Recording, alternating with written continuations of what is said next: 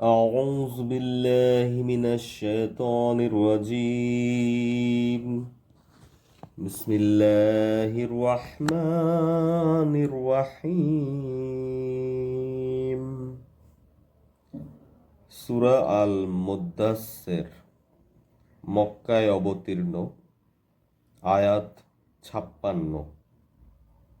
আয়াত 1।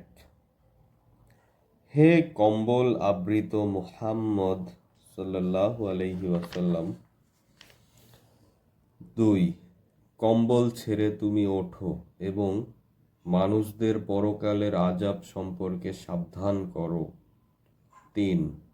তোমার মালিকের শ্রেষ্ঠত্ব ঘোষণা করো। 4। তোমার পোশাক আশাক পবিত্র করো। 5। মলিনতা ও অপবিত্রতা পরিহার করো। 6। কখনো বেশি পাওয়ার লোভে কাউকে কিছু দান করো না। 7। তোমার মালিকের খুশির উদ্দেশ্যে ধৈর্য ধারণ করো। 8। যেদিন সব কিছু ধ্বংস করে দেওয়ার জন্য সিংহায় ফু দেওয়া হবে। 9। সেদিনটি হবে সত্যি বড় সাংঘাতিক। 10। এ দিনকে যারা অস্বীকার করেছে তাদের জন্যে এটি মোটেই সহজ বিষয় হবে না। 11। যাকে আমি অনন্য ধরনের করে পয়দা করেছি তার সাথে বুঝপড়া করার জন্য তুমি আমাকেই ছেড়ে দাও। 12। তাকে আমি বিপুল পরিমাণ ধন সম্পদ দান করেছি। 13। তাকে আরও দান করেছি সদাসঙ্গী একদল পুত্র সন্তান। 14। আমি তার জন্যে সচ্ছলতার উপকরণ সুগম করে দিয়েছি। 15। তারপরও সে লোভ করে যে তাকে আমি আরও অধিক দিতে থাকব। 16। না, কখনো নয়, কেননা সে আমার আয়াত সমূহের বিরুদ্ধচারণে বদ্ধপরিকর ছিল। 17। অচিরেই আমি তাকে শাস্তির চূড়ায় আরোহণ করাব। 18। সে তো সত্য গ্রহণের ব্যাপারে কিছুটা চিন্তা ভাবনাও করেছিল, তারপর সে নিজের গোঁড়ামিতে থাকার সিদ্ধান্ত করল। 19। তার ওপর অভিশাপ সত্য চেনার পরও কেমন করে সে পুনরায় এ সিদ্ধান্ত করল। 20। আবারও তার উপর অভিশাপ, কিভাবে সে এমন সিদ্ধান্ত করল। 21। সে লোকদের প্রতি চেয়ে দেখল। 22।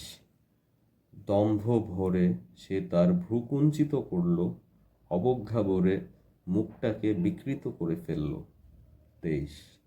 অতঃপর সে পিছিয়ে গেল এবং অহংকার করল। 24।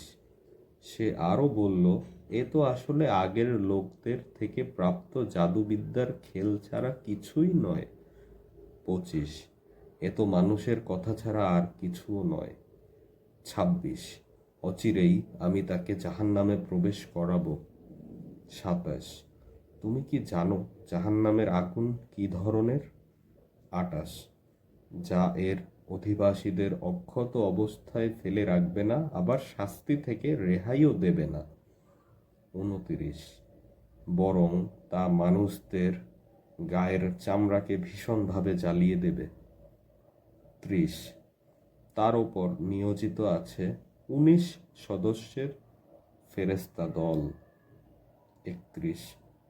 আমি দোজখের প্রহরী হিসেবে ফেরেশতাদের ছাড়া অন্য কাউকেই নিযুক্ত করিনি এবং তাদের এই 19 সংখ্যাকে আমি অবিশ্বাসীদের জন্যে একটি পরীক্ষার মাধ্যম বানিয়ে দিয়েছি, যেন এর মাধ্যমে যাদের ওপর আমার কিতাব নাজিল হয়েছে তারা আমার কথায় দৃঢ়ভাবে বিশ্বাস স্থাপন করতে পারে এবং যারা আগে থেকেই আমার ওপর ঈমান এনেছে তাদের ঈমানও এতে করে বৃদ্ধি পেতে পারে। সর্বোপরি এর ফলে আহলে কিতাব এবং মোমেনরাও যেন কোনো রকম সন্দেহে নিমজ্জিত না হতে পারে। অবশ্য যাদের মনে সন্দেহের ব্যাধি রয়েছে, এর ফলে তারা এবং সত্য প্রত্যাখ্যানকারী ব্যক্তিরা বলবে, এ অভিনব উক্তি দ্বারা আল্লাহ তাআলা কি বুঝাতে চান? মূলত এভাবেই আল্লাহ তাআলা যাকে চান তাকে গোমরাহ করেন, আবার তিনি যাকে চান তাকে সঠিক পথে পরিচালিত করেন।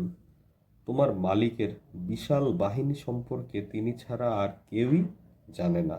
আর দোজখের বর্ণনা, এ তো শুধু মানুষদের উপদেশের জন্যই। 32। না, তা কখনো নয়, আমি চাঁদের শপথ করে বলছি। 33। আরও শপথ করছি রাতের, যখন তা অবসান হতে থাকে। 34। শপথ করছি প্রভাতকালের, যখন তা দিনের আলোয় উদ্ভাসিত হয়। 35। নিঃসন্দেহে মানুষের জন্যে তা হবে কঠিনতম বিপদসমূহের মধ্যে একটি। 36। মানুষের জন্যে তা হবে ভয় প্রদর্শনকারী। 37। তোমাদের সে ব্যক্তির জন্যে যে কল্যাণের পথে অগ্রসর হতে চায় এবং অকল্যাণের পথ থেকে পিছু হটতে মনস্থ করে। 38। মূলত প্রত্যেক মানুষই নিজের কর্মফলের হাতে বন্দী হয়ে আছে। 39। অবশ্য ডান দিকে অবস্থানকারী নেককার লোকগুলো ছাড়া। 40।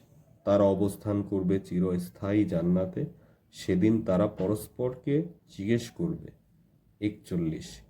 জাহান্নামে নিক্ষিপ্ত পাপিষ্ঠদের সম্পর্কে। 42। হে জাহান্নামের অধিবাসীরা, তোমাদের আজ কিসে এ আযাবে উপনীত করেছে?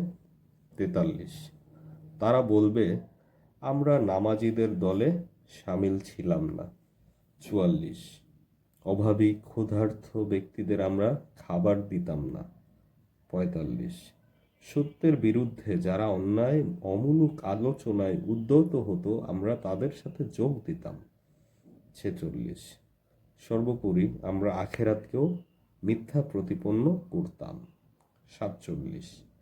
এমনি করতে করতে একদিন চূড়ান্ত সত্য হিসেবে মৃত্যু আমাদের কাছে হাজির হয়ে গেল। 48। কোনো সুপারিশকারীর সুপারিশই আজ তাদের কোনো উপকারে আসবে না। 49। এদের কি হয়েছে? এরা সত্য বাণী থেকে মুখ ফিরিয়ে নিচ্ছে কেন? 50। এরা যেন বনের কতিপয় পলায়নপর ভীত সমস্ত গাধা। 51।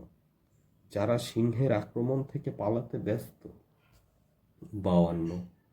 কিন্তু তাদের প্রতিটি ব্যক্তি চায় তাকে আলাদা করে উন্মুক্ত গ্রন্থ দেয়া হোক। 53। এটা কখনো সম্ভব নয়। আসলে এই লোকেরা শেষ বিচারের দিনকেই ভয় করে না। 54। না, কখনো নয়, এটি একটি নসিহত মাত্র। 55।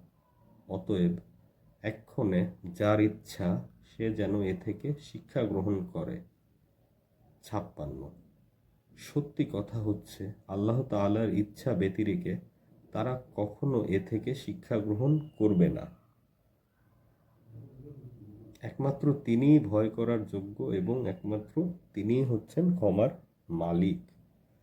সদাকাল্লাহুল আলিয়্যুল আযীম।